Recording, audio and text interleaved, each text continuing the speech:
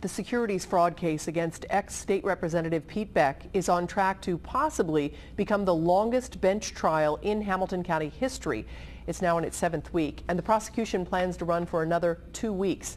Beck's massive indictment followed an investigation by Local 12's Rich Jaffe, and he joins us now from the newsroom with what looks like a good day, at least from the prosecution's standpoint. Right, Rich? That's right, Cammie. We saw 3 different witnesses on the stand today, and while they testified about different things involving Beck, his business partners, and their companies, the consistent thread throughout is that Beck and his partners lied to virtually every one of them.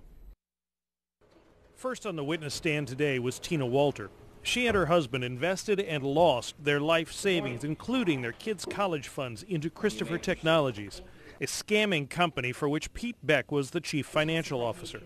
In a contentious debate, Walter told defense attorney Caitlin Felvis it was because Pete Beck told them he and his partners had a signed letter of intent. A signed letter of intent. To us, he's saying the letter of intent is signed by Carnival Cruise. We are going to start outfitting the ships with the technology. That's why we invested. Mr. Beck told us this, and that's why we're here. It was a lie.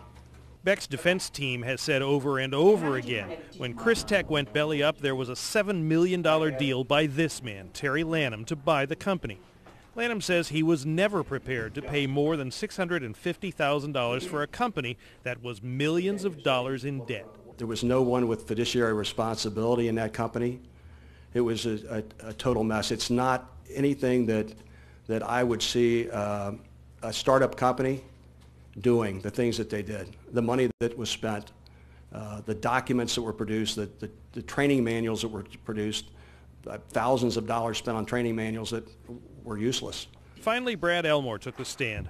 Elmore says as part of the sales pitch, Pete Beck told him he had $50,000 in the company. When Elmore invested and lost $125,000, he asked Beck what happened to his investment. Yeah, I asked what about the $50,000 you invested then? What about $50,000 who invested? Pete Beck. And what did the defendant tell you? Well, I just considered that a loss. I moved on. But according to the Ohio Attorney General's office, all that about Beck having an investment is a lie. He never put money into that company.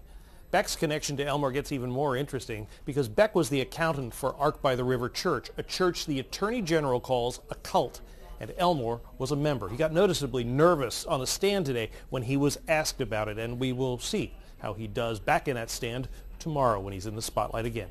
In the newsroom, Rich Jaffe, Local 12 News. Cammie? All right, Rich, thank you. And the leader of Ark by the River, Janet Combs, was married to Beck's business partner, Tom Lysett. She and the church were both indicted along with Beck and their other business associates. All accepted plea agreements to testify against Beck.